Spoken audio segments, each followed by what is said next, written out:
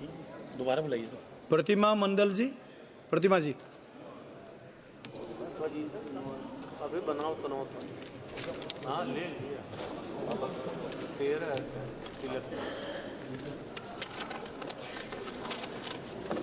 Sir, on behalf of All India Trinamool Congress, I rise to speak on the Bills of Lading Bill 2024. Sir, the Ministry of Ports, Shipping and Waterways contains several problematic provisions that could seriously harm the interest of shippers, traders and stakeholders. Instead of improving maritime trade, the bill increases government control, reduces transparency and creates scope for commercial fraud, all in the name of legislative modernization. One of the most alarming provisions of the bill is found in Section 5, which gives the central government ultimate power to issue any direction it feels necessary to implement the Act. This means the entire authority over maritime shipping will now be controlled by the central government, leaving no space for state governments, traders or industry stakeholders to influence policy making in coastal regions.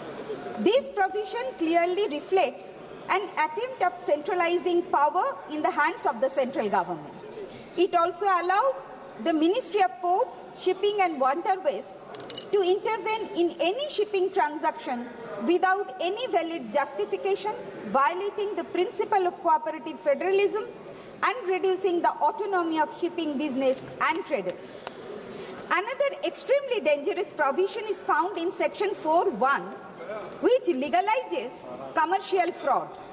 According to this provision, even if the goods have not actually been shipped, a fake bill of lading can still be considered valid proof of shipment.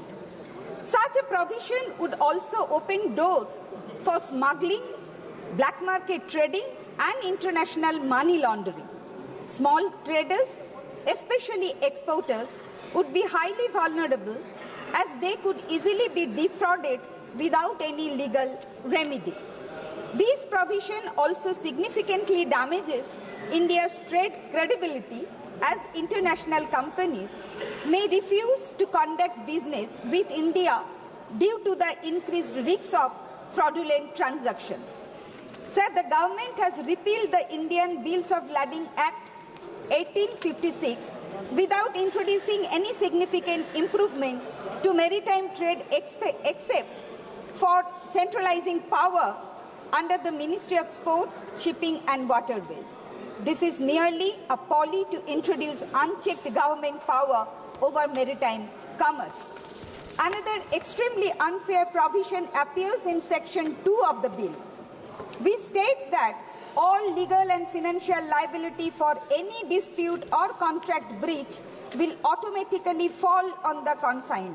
That means the person receiving the goods. So this means that even if the shipping company or the seller is at fault, the consignee will still be held legally responsible. This is extremely unjust, especially for small businesses, SMEs, and exporters who may end up paying heavy penalties for mistakes they did not commit. So this provision discourages smaller companies from engaging in maritime trade. It also completely ignores consumer protection, as the bill offers no legal remedies for consignees who receive faulty, incomplete or fraudulent shipments.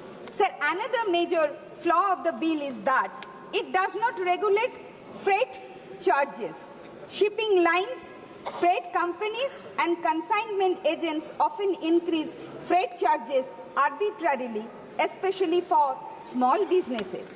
The bill does not set any regulations or price caps, which can massively affect small and medium-scale enterprises as they will struggle to afford shipping costs. So instead of supporting small businesses, the bill appears to protect large shipping corporations allowing them to charge any price they want without government regulation. So these would further push small businesses out of maritime trade, weakening India's domestic market.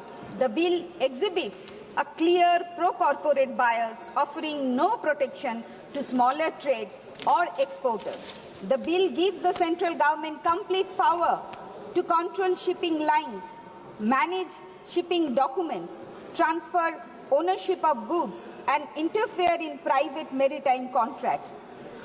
It could also use this power to manipulate trade for its own political or economic interest or target specific businesses by obstructing their trade.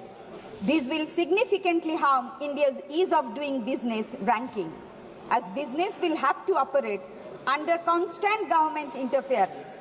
Additionally, this paves the way for political favoritism, where only a few selected companies may receive special treatment from the government, while others may face obstacles in their shipping operation. The bill provides no role for state governments in regulating maritime trade, despite the fact that they have a direct stake in port infrastructure, employment, and trade revenue. Excluding states and undermining local governance will severely impact local economies and port revenue generation. The vague and open-ended language of the bill also increases the risks of corruption in maritime trade. The bill creates three major loopholes. Number one, Section 4 allows fake bills of lading to be legally accepted even when no goods have been shipped, making commercial fraud easy. Number two, Section 5 gives the government unchecked power to interfere in shipping contracts without any valid reason. And number three, Section 2 shifts all legal and financial liability onto the consignee, even if the fault lies with the shipping company or seller. These loopholes will encourage massive corruption, large-scale smuggling, and fraudulent trade practices. It will destroy accountability in maritime trade and make it easier for legal activities like smuggling and money laundering to thrive. Sir, the bill also creates confusion and uncertainty in international trade. Foreign investors and shipping companies may feel hesitant to do business with Indian traders because the government now has the power to make sudden policy changes or interfere in trade contracts. This could damage India's reputation in global trade and may even lead to trade restrictions, penalties, or sanctions against India for not following international shipping standards. The bill also fails to modernize maritime trade by completely ignoring digitalization, making it harder for India to keep up with modern global shipping practices. Modern maritime trade also requires arbitration, framework, or mediation systems to resolve conflicts efficiently, which are clearly absent here.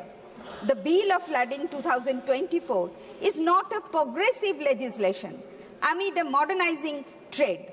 Instead, it is a blatant power grabbed by the central government to centralize maritime power. Sir, I would like to mention here that the Haldia Dock Complex is connected to national waterways. One, the port is connected with the riverine ports of Bangladesh and Indian state of Assam by National Waterway 97, Sundarban Islands Waterways, and Indo-Bangladesh Protocol Waterways. Sir, I would like to draw the attention of the Honorable Ports, Shipping and Waterways Minister. Sir, every day, more than 100 large cargo ships come from our neighboring country, Bangladesh, to India for trading purpose by using the waterways of Sundarban. These cargoes cross several rivers around the Sundarban Delta, like Muriganga, Matla, Thakurain, Vidyadhari, Piali, etc., leading to soil erosion and thereby causing severe damage of riverbank embankment of entire Sundarban area. Agricultural lands and ponds are getting polluted and becoming infertile, and mud houses of the residents of Sundarban are being damaged by saline water which passes through the broken embankment. The most alarming thing is that many islands like Kumirmari, Shadjelia, Choto Mollakhali, Amtoli, Moushuni, Ghoramora, etc. are becoming vulnerable, struggling to exist due to heavy waves that hit and submerge the islands during the movement of large cargoes. Sir, these worsening by rising sea levels caused by climate change also. Sir, to protect our Sundarban and residents of the area, our Honorable Chief Minister Mamata Bandyopadhyay has sanctioned 27 crore for construction and repairment for the embankment of Sundarban area. So I would like to request the central government, and the Honorable Minister is present here, that either the trade should be conducted by road transportation or the Ports, Shipping and Waterways Ministry should provide financial assistance for maintenance and construction of river bank embankment of entire Sundarban Delta. Thank you, sir. Thank you, Honorable Member. Honorable Member Sri K. Biraj Swamiji.